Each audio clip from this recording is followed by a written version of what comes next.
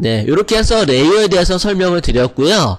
그 다음에 이동 툴에 대해서 설명드릴게요. 이동 툴. 네, 캔버스 버릴게요. 캔버스 닫아버리고, 네, 닫아버리고, 아크 레이어는 작게 해서 옆으로 올려놓을까? 네, 이렇게. 캔버스 열게요. 파일에서 뉴 선택하시고, 넓이는 800에 높이는 600으로 해줄게요. 800에 600.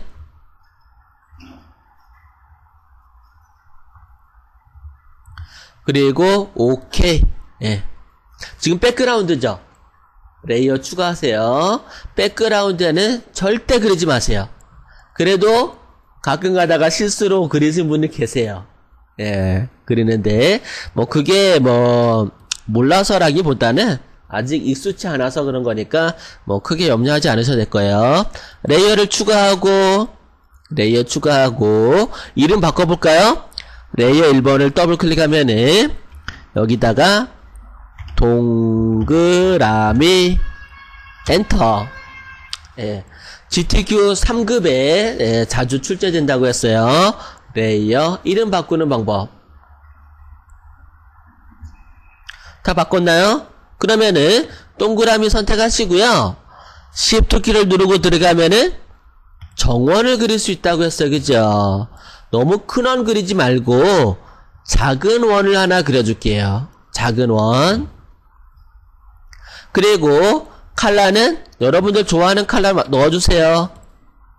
여러분들 좋아하는 컬러를 Alt, Delete 키 또는 Edit, Fill, 포그라운드 컬러 오케이. 이렇게 너무 하면은 시간 너무 오래 걸리잖아요. 그죠? 그래서 Alt, Delete 키. 예. 제가 가르쳐주는 단축키는 써먹으면 좋은 거니까 꼭 외워두세요. 예. 그냥 이렇게 메모하지 않으셔도요. 자주 하다 보면 외워지니까 예, 굳이 예, 메모하시려고 하지 마세요. 그 다음에 이동 툴을 선택해 볼게요. 셀렉트 된 상태요. 셀렉트 된 상태에서 이동 툴을 선택하고 Alt 키를 누르고 Alt 키를 누르게 되면은 커서 밑에 하얀색이 하나 더 생기죠. 쌍둥이처럼 복제를 한다는 얘기예요. 예. Alt 키를 누르고 들어가면은 똑같은 게 복제가 돼요. 예. 그냥 누르고 들어가면은 이동을 하지만 Alt 키를 누르고 들어가면은 복제가 된다라는 걸 알 수가 있을 거예요. 그러면 이 상태에서 여러분들 잘 보시면은 예, 뭘 잘 보냐면은 레이어를 보세요. 레이어. 동그라미 레이어.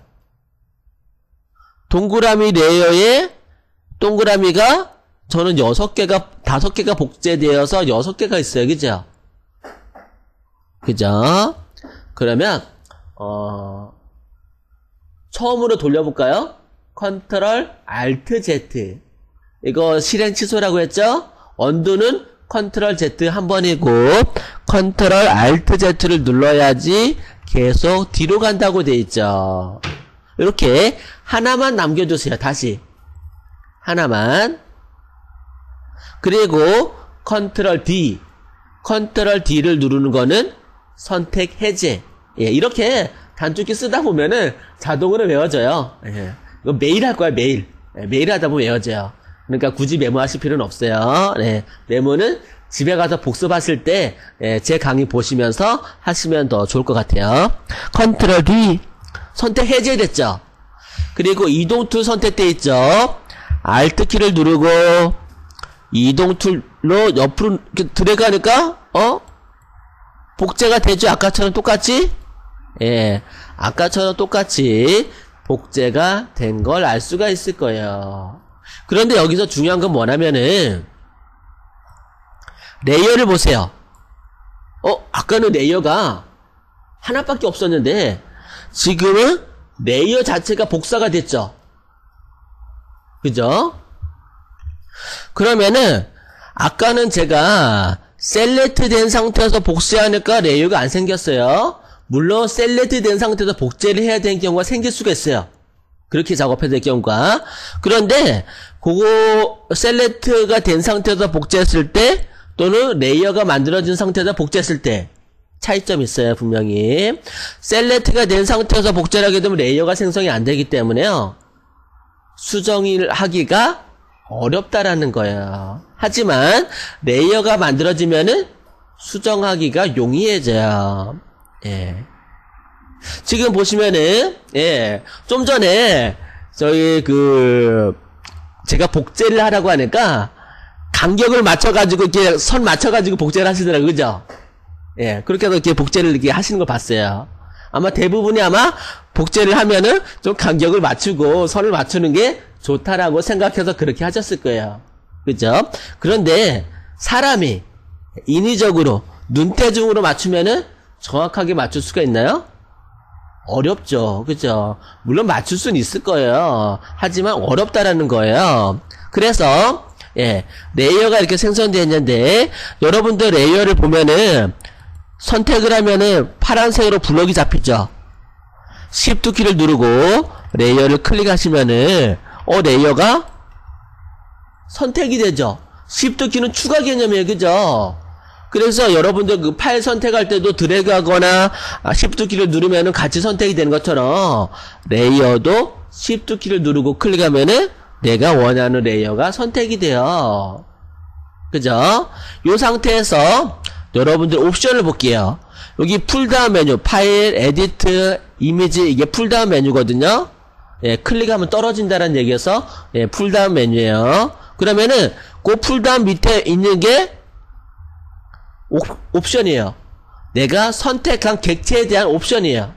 그러면은, 예, 지금 보시면은, 여기 위에, 정렬하는 기능 있죠? 정렬하는 기능 일러스트는 뭐였어요? 얼라인. 그죠? 그러면은 내가 얘를 갖다가 일직선으로 맞추고 싶어요. 예, 일러스트에도 똑같아요. 그죠? 근데 단지 일러스트는 그 도형을 드래그 해가지고 선택한 다음에 정렬했잖아요. 그죠? 그런데 포토샵은 그림 도형을 선택하는 게 아니라 레이어를 선택해 주는 거예요. 레이어를 선택하고 옵션에서 예, 일직선으로 맞추는 거, 예, 끝에서 두 번째 보게 되면은 얼라인 버티컬 센터, 예, 얘를 갖다가 클릭하게 되면은 자동으로 이렇게 들쑥날쑥 하던 게 일직선으로 딱 맞춰지죠.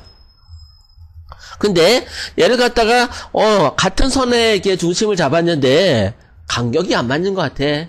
그러면은 위에 옵션에 보면은 다 그림만 봐도 알 수 있잖아요. 그죠? 간격 왼쪽 끝으로 맞추는 거, 가운데로 맞추는 거, 오른쪽으로 맞추는 거, 디스트리뷰트, 호리젠탈, 센터 하게 되면은 자동으로 이렇게 정렬이 되는 걸 알 수가 있죠. 그러면 얘네의 기준은 뭐냐?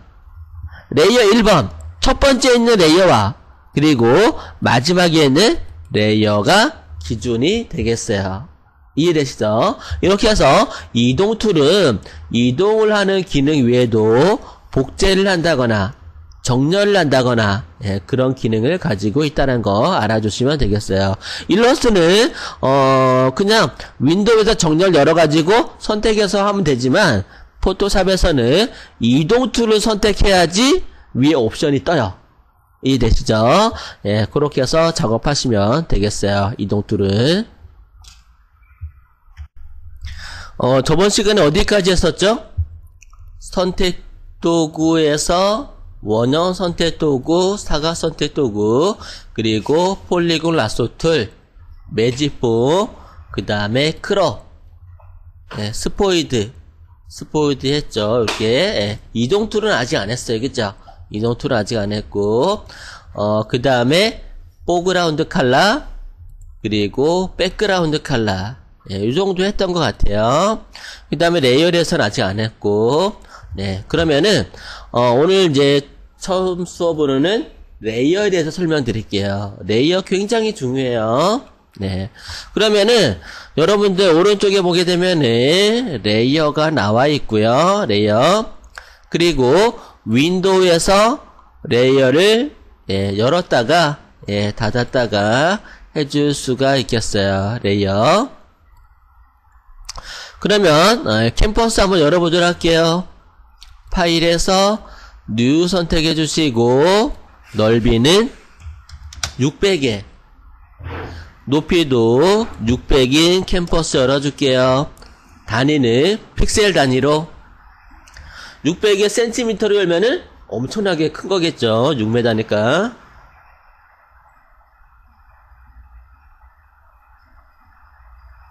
그래서 가끔가다 그래요. 선생님 컴퓨터가 잘 안 돌아가는데요 라고 해서 봤더니 600 픽셀로 하라고 했는데 600cm로 한 거예요.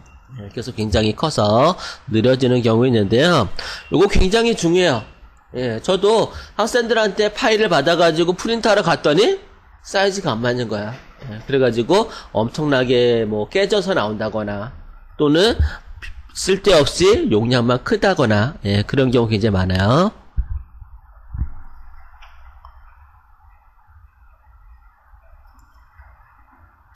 네, 이렇게 600픽셀로 캔버스 열어줄게요.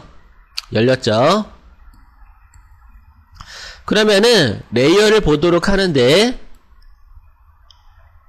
네, 레이어 처음 열면은 백그라운드라고 되어 있어요. 일러스트는 백그라운드 개념이 없죠? 예, 일러스트는 백그라운드 개념이 없기 때문에 바로 작업하시면 되는데, 포토샵은 백그라운드가 있어요. 예, 그래서 백그라운드를 좀 잘 활용하셔야 되는데, 백그라운드 옆에 보시게 되면 뭐가 있어요? 여기 무슨 모양 있죠? 그죠? 자물쇠 모양 있어요. 그러니까 자물쇠 모양이 있다는 얘기는 잠겨있다는 얘기야. 그죠? 잠겨있다는 얘기는 풀지 말라는 얘기예요. 건들지 말라는 얘기예요. 그러니까 남의 집 잠궈놨는데 풀고 들어가면 어떻게 돼요? 괜히 오해받거나 도둑으로 몰릴 수 있겠죠. 그래서 풀지 마세요. 그래서 포토샵은 백그라운드에 절대 그리지 마세요. 예, 그리지 마세요. 제가 나중에 가서 백그라운드에다가 그리세요. 백그라운드에 넣어주세요 하는 경우 생길 거예요. 그때를 제외하고는 가능하면은 백그라운드 하지 마세요. 예, 백그라운드 작업하는 거는 몇 개 없어요. 일부 없어요. 나머지는 다 예, 레이어를 추가해서 작업해주는 거예요. 백그라운드에 작업하는 경우가 있긴 있어요. 필터라든가 아니면은 여러가지 효과를 줄 때 백그라운드를 쓰지만 그 이외에는 절대 백그라운드를 쓸 일이 없어요. 그래서 백그라운드는 잠궈둔 거예요. 예. 또 잠겨있기 때문에 수정하기가 힘들어요. 백그라운드에 그림을 그리면은 잠겨있기 때문에 수정하기 힘든데 레이어를 만들어서 작업하게 되면은 수정하기가 쉬워져요. 예, 그런 차이점이 있어요. 근데 지금은 좀 이해가 안 갈 거예요. 왜 잠궈놨지? 예, 푸는 방법은 없나? 예, 푸는 방법도 있어요. 풀 수도 있어요. 하지만 푸는 방법은 제가 나중에 가르쳐 드릴게요. 나중에.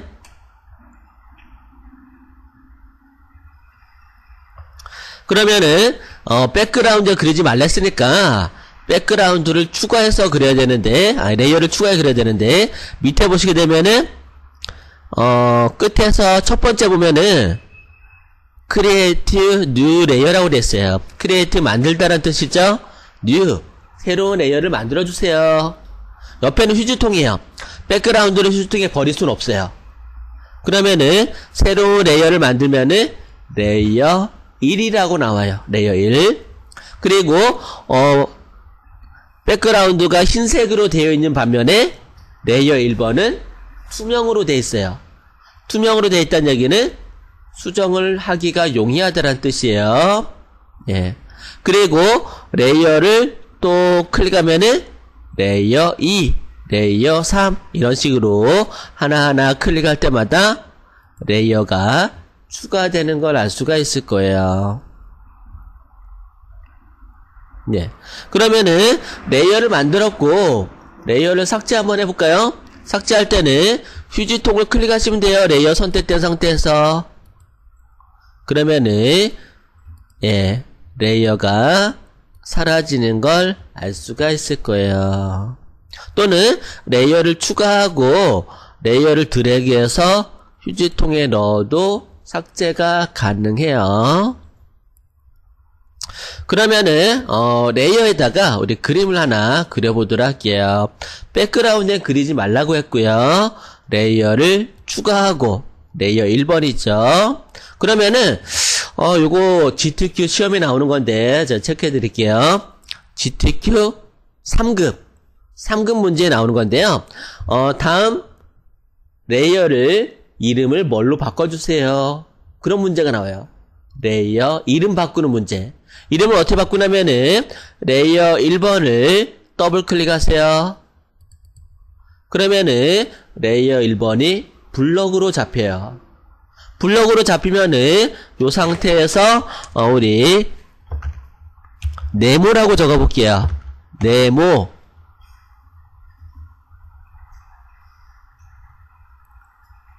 그 다음에 엔터 치세요. 레이어 이름이 네모로 바뀌었죠. 예. 요거 GTQ 3급 문제에 자주 출제되는 문제 중에 하나요. 그러면은 네모를 한번 그려볼게요. 사각 선택 도구를 선택하시고 툴박스에서 사각 선택 도구 선택해주세요.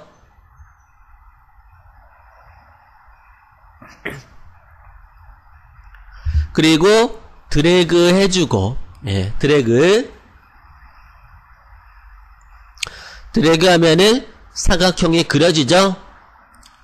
그리고 색깔을 바꿔볼까요? 컬러 피커를 클릭해서, 네, 컬러 피커를 클릭해서 일단은 붉은색으로 해볼까요? 붉은색으로 색깔을 바꾸고, 그리고 에디트 필 상단에 에디트 안에 들어가시게 되면은 필 클릭하시고 포그라운드 컬러, 내가 포그라운드 컬러를 바꿨기 때문에 포그라운드 컬러인지 확인하시고 오파시티가 100, 오파시티가 50으로 되어 있네. 예. 오파시티 불투명도 100.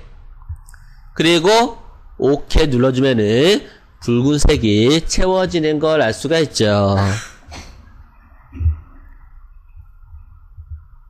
그 다음에 레이어 또 추가할게요. 레이어 이름은 레이어를 더블 클릭해서 동그라미,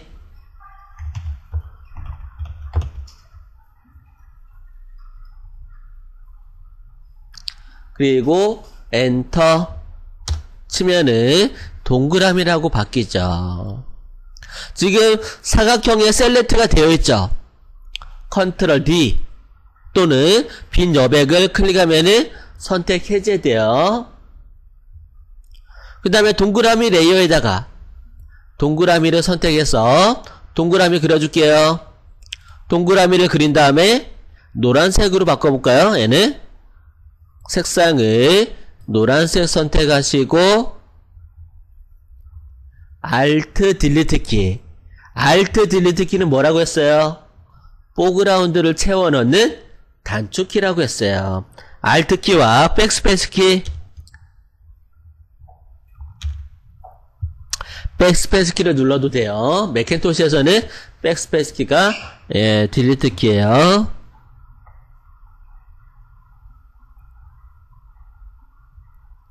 그 다음에 레이어를 또 추가하고 이번에는 레이어를 더블 클릭, 레이어 이름을 더블 클릭하시면 돼요. 그 다음에 세모라고 쓰시고 엔터,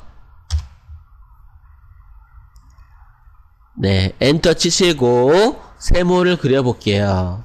세모는 어떻게 그리냐면요, 우리 어제 폴리곤 라소 툴에 대해서 배웠죠. 폴리곤은 각이죠. 딱딱딱 찍어서 각을 그려줄 수 있는데 툴박스에서 폴리곤 툴 선택하고 클릭, 예, 클릭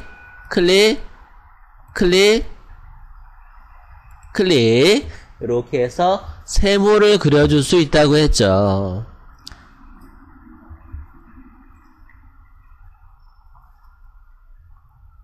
그 다음에 색상은 파란색으로, 색상을 파란색으로 Alt 딜리트 키. 네, 이렇게 세 개의 레이어에 빨간 네모, 노랑 동그라미, 세모, 파랑. 예, 이렇게 3개의 레이어를 만들었어요. 컨트롤 D 선택 해제하시면 되겠고요. 네, 다 그리셨죠? 그러면은 지금 보시면은 레이어별로 작업을 했잖아요. 그죠? 일러스트는 레이어를 만들지 않아도 되기 때문에 되게 편리했을 거예요. 그죠? 예.